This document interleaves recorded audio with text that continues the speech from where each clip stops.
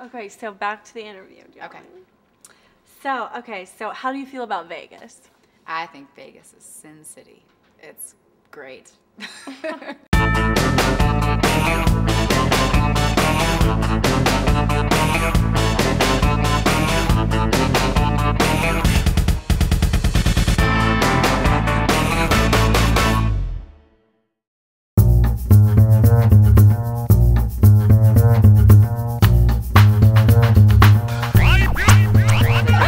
Any ex-boyfriends you want to warn the general public about? Oh, there's a couple. There's definitely a couple experts, and they're all in Chicago. So any guy that's named Frank, Frankie, or Franco in Chicago, watch out for.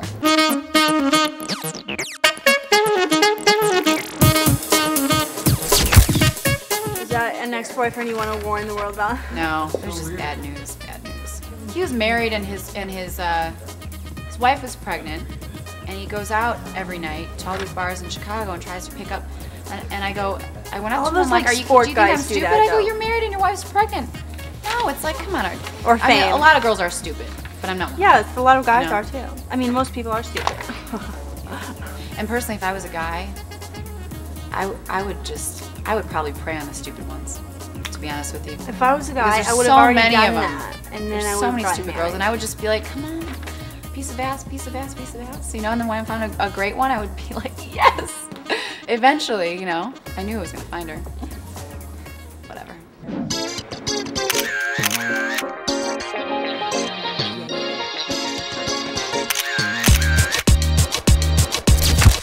What's the craziest thing you've ever done?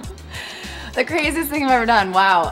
I was in Cancun, and this was my senior year graduation, and all the girls, there's like 8 of us, wanted to go to just have like a great weekend, you know, and we decided, we were drinking a couple Coronas, and we decided to jump in the water, in the ocean, butt naked at like around 5 or 6 o'clock when the bikini contests were all over.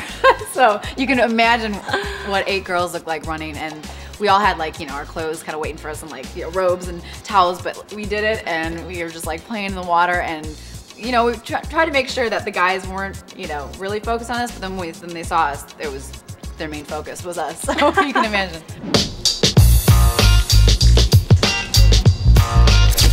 What's your favorite way to turn a guy on? My favorite way to turn a guy on is probably non-sexually, showing my personality and just having a blast and watching football and playing sports. I mean, I love to work out too. I'm a big football fan. I played powder puff. I was a quarterback in high school. I think sports are like the #1, and that and food are the #1 way to get a guy, I think. Sexually, I can't give those secrets away. You'll have to ask me another time.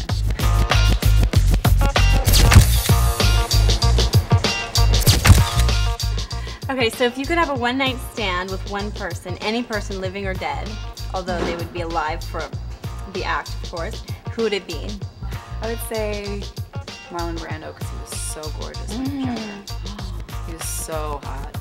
Marlon Brando, definitely. You know, he's not too big, but he's just, you know, kind of cut up right when he started his acting, right when it kind of became big, and Marlon Brando is so hot.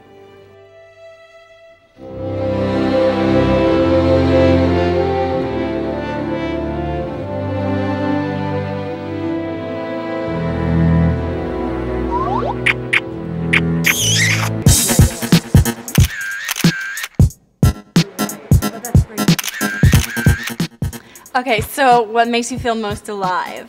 What makes me feel most alive is waking up every morning and feeling lucky to be here, feeling that I have family, I have friends, I have my health, and being secure with myself and knowing what I want for the future. That's what makes me happy.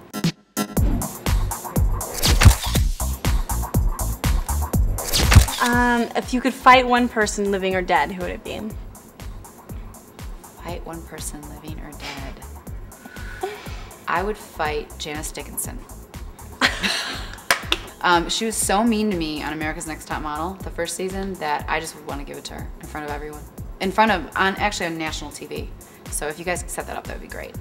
What would I do? How would you do it? First I would bitch her out. and I would just make her feel like shit because she did on national TV and totally embarrassed me. And then I would probably just get in a fist fight, you know, grabbing some hair, some, you know, punching, whatever. Because, you know, I'm a lover and a fighter.